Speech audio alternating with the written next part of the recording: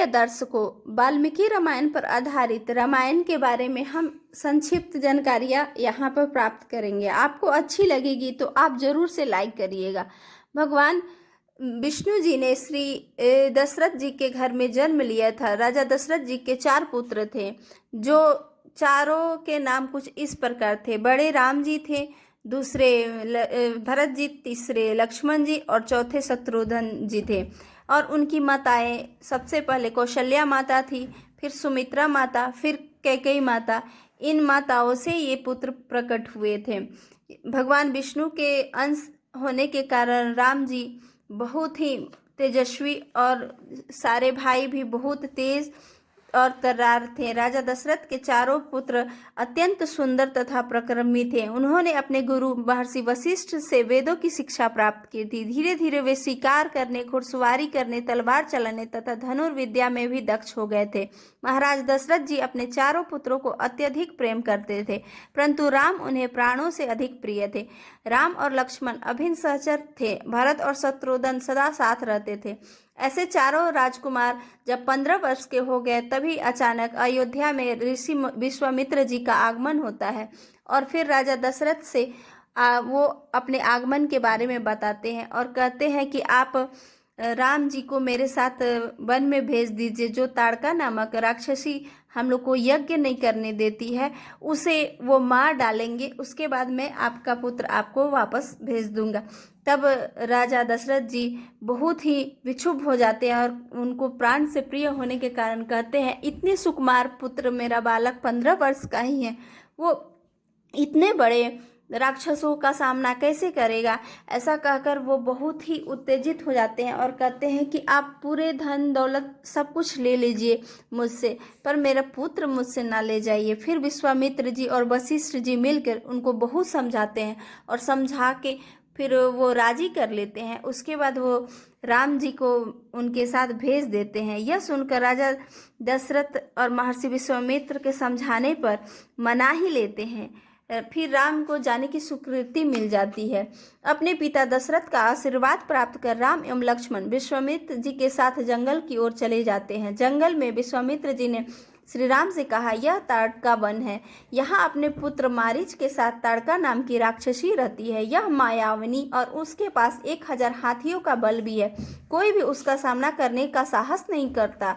केवल तुम ही हो उसका संहार कर सकते हो। श्री राम जी ने अपने धनुष पर प्रत्यंचा चढ़ाकर तीव्र टंकार दी। उसे भीषण टंकार को सुनकर जंगली पशु भय के मारे इधर उधर भागने लगे।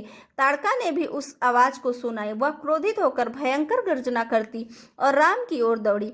श्री राम और ताड़का में भीषण युद्ध छिड़ गया। अंत में श्री राम ने एक घातक बाण उसके छाती पर मार डाली, जिससे उसकी छाती चीर गई। विश्वामित्र जी श्री राम के युद्ध कौशल को देखकर अत्यंत प्रसन्न हुए। उन्होंने श्री राम और लक्ष्मण को अपने कठोर तपस्या से प्राप्त दिव्य अस्त्र भी प्रदान किए। इसके बाद तीनों महर्षि विश्वामित्र के सिद्ध आश्रम को चले गए। वहां ऋषियों ने श्री राम के लक्ष्मण का स्वागत किया और उन्हें कंदमूल और फल भोजन कराया। सवेरे श्री राम ने मुनियों से कहा, आप निडर होकर यज्ञ कीजिए, और स्वयं यज्ञ की रखवाली करने लगे।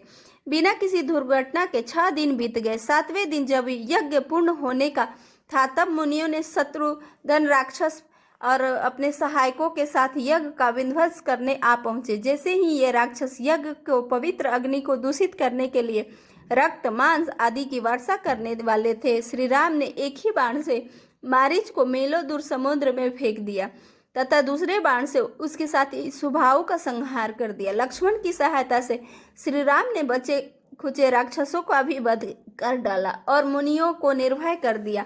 मुनियों ने अपना यज्ञ समाप्त कर लिया और विश्वामित्र जी ने श्री राम को हृदय से अपार आशीर्वाद दिया।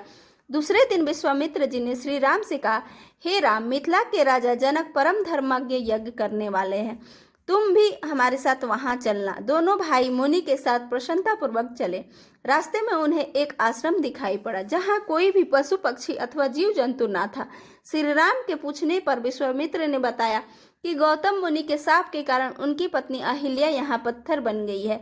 विश्वामित्र जी के आदेशानुसार श्री राम जी ने आश्रम में प्रवेश किया और श्री आश्रम में श्री राम जी ने दर्शन करके ही अहिल्या के शाप को अंत कर दिया और वे सबको दिखाई देने लगी। श्री राम और लक्ष्मण ने अहिल्या को प्रणाम किया। अहिल्या ने दोनों भाइयों का आतिथ्य सत्कार स्वीकार किया और फिर वो अपने लोक के चली गई। इस तरह एक भाग यहीं पर संपन्न हुई और अगले भाग के लिए हम फिर दूसरे भाग में इस तरह अहिल्या माता का उद्धार होता है और अहिल्या माता अपने पति के धाम को चली जाती है और वहाँ से श्री राम जी विश्वामित्र जी निकलते हैं और निकलकर आगे की ओर बढ़ने लगते हैं। फिर जाते जाते रास्ते में आगे बढ़ते बढ़ते जनक जी के नगरी को पहुँचते हैं और जनक जी के नगरी में दूत जनक जी को आगमन देते हैं कि महर्षि विश्वामित्र 2 सुकुमार बालकों के साथ यहाँ पधार रहे हैं। ये सुनकर राजा जनक जी को बहुत ही खुशी होती है और वो उनके आगमन की तैयारी में जुट जाते हैं और वहाँ से वो चले जाते हैं। आगे के भाग्य को देखने के लिए हम नए वीडियो में जानेंगे।